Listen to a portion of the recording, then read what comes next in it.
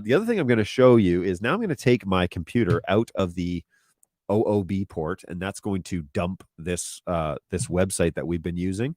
No longer plugged in at the 0.100 address. And I'm going to take this and plug this into port 10. So let's watch for a second. Okay, so I'm in port 10 now, and over here, can you see that on the screen? Yeah, over here you can see that there's network activity. Now, I got to go back and I got to clear my network card because I'm still sitting at 0.100. So we're going to go to Control Panel, and we're going to go to Network and Sharing Center. We're going to open this one. I know that this is the one that I'm using, so I'm just going to click on that one. And it opened on the second screen. So it's going to open this, Properties, IPv4, and I'm going to clear this and just hit OK, OK, and close. And now identifying, boom, network 6. Sometimes you get the, do you want to join the network thing? I did not this time. That's odd. But anyways, okay, so I have been given an IP address. Now, how do we check? Well, let's open command prompt and say it with me now. IP config. All right, so here, and we're looking for 85. So 85.13, so the DHCP on the switch worked just fine. I'm not taking up a PoE port. I'm in port 10, and so that is great.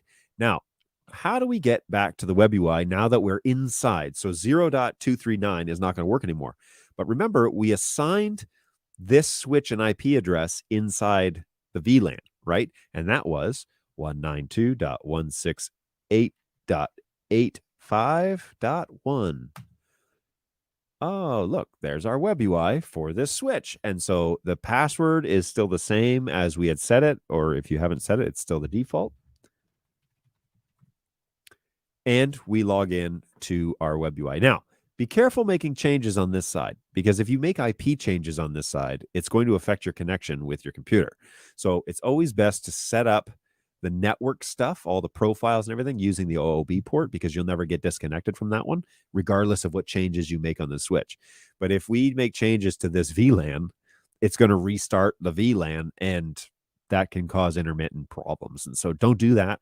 Set up all your network profile stuff inside of the OOB port, and then switch over if you want to test it. So now we can see here, port number 10 has this little green outline. It's kind of hard to see. Sorry about that. There's no power. I don't know why they include that on port 9 and 10, because it's no way to give power. But anyways, there's no power. That's my IP address, 85.13. There's my MAC address for my computer. And my NIC card is made by Pegatron, apparently. So the link speed is a gig, which is what we expect. And I'm on VLAN 10.